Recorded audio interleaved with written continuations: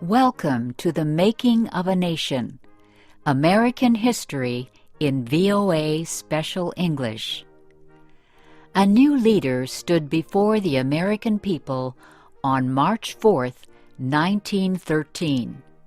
He was Woodrow Wilson, the 28th President of the United States. Wilson belonged to the Democratic Party. He was progressive in his belief that government should take an active part in efforts for social reforms. This week in our series, Kay Gallant and Harry Monroe begin the story of Wilson's presidency.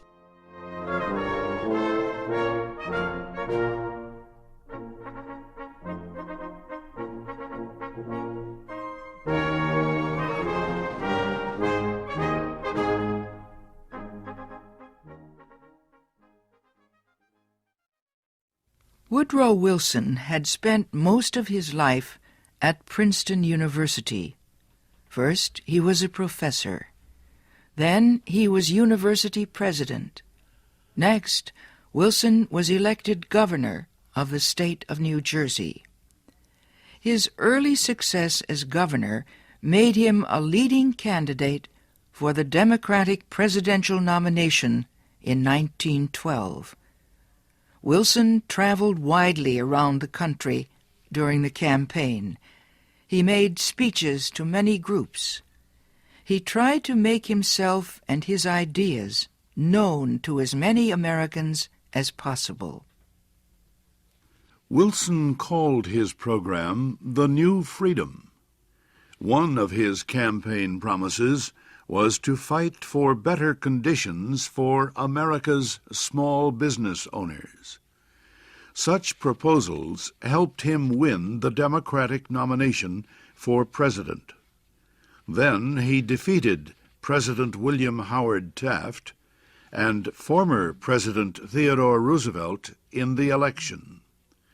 Woodrow Wilson, the former president of a university, had become the president of a nation.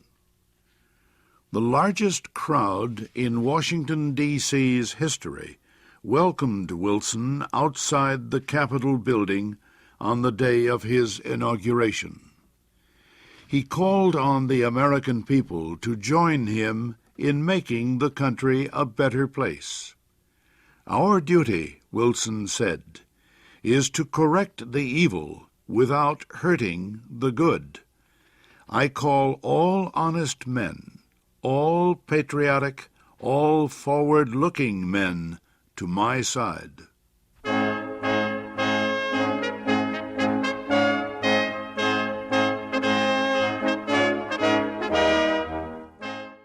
Wilson wasted no time. He immediately called a special session of Congress to act on Democratic campaign promises to reduce import taxes or tariffs. Wilson felt strongly about the need to reform these taxes. He broke tradition by leaving the White House to appear before Congress in person to appeal for his tariff proposals. Many members of Congress opposed Wilson's plans, but the new president used the results of a Senate investigation to win the fight. The investigation showed that a number of senators owned companies that depended on high tariffs for their profits. The votes of these senators were influenced by their property holdings. Public knowledge of the situation forced many of them to give up their holdings and stop resisting tariff reform. Congress finally approved Wilson's proposals. Lower tariffs reduced the amount of money taken in by the federal government. So the Senate also approved a tax on income or earnings.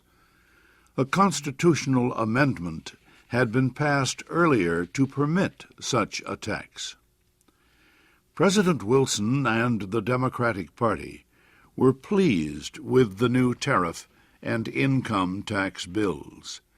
But they were far from finished. Next, they turned their efforts to reform of the banking industry. For several years, many people had recognized the need for changes in the banking system. The old system of uncontrolled private banks had developed years earlier, before the United States became a major industrial nation. Many people agreed that a more modern system was needed, but they could not agree on details. President Wilson said control of the nation's wealth was held by too few men. He noted a report that said just 2 men controlled 10% of the total wealth of the United States. Wilson said the nation needed a money supply that could be increased or reduced when necessary to correct economic conditions. He said a method was needed to let banks help each other during economic emergencies. And, he said, laws were needed to prevent a few wealthy men from using the economic resources of the country for their own purposes. Finally, Wilson said the control of this system of banking must be public, not private. It must belong to the government itself. Wilson called his proposal for a central bank the Federal Reserve System.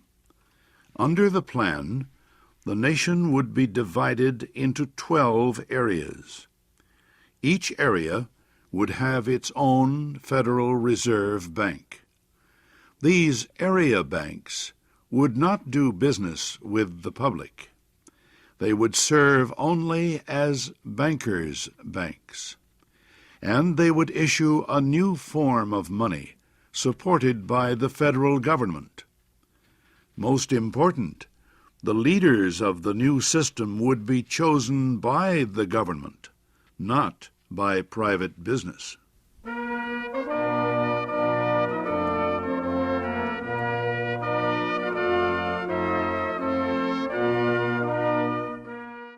Bankers, business leaders, and their representatives in Congress sharply criticized President Wilson's proposals. They said government control of the banking system was socially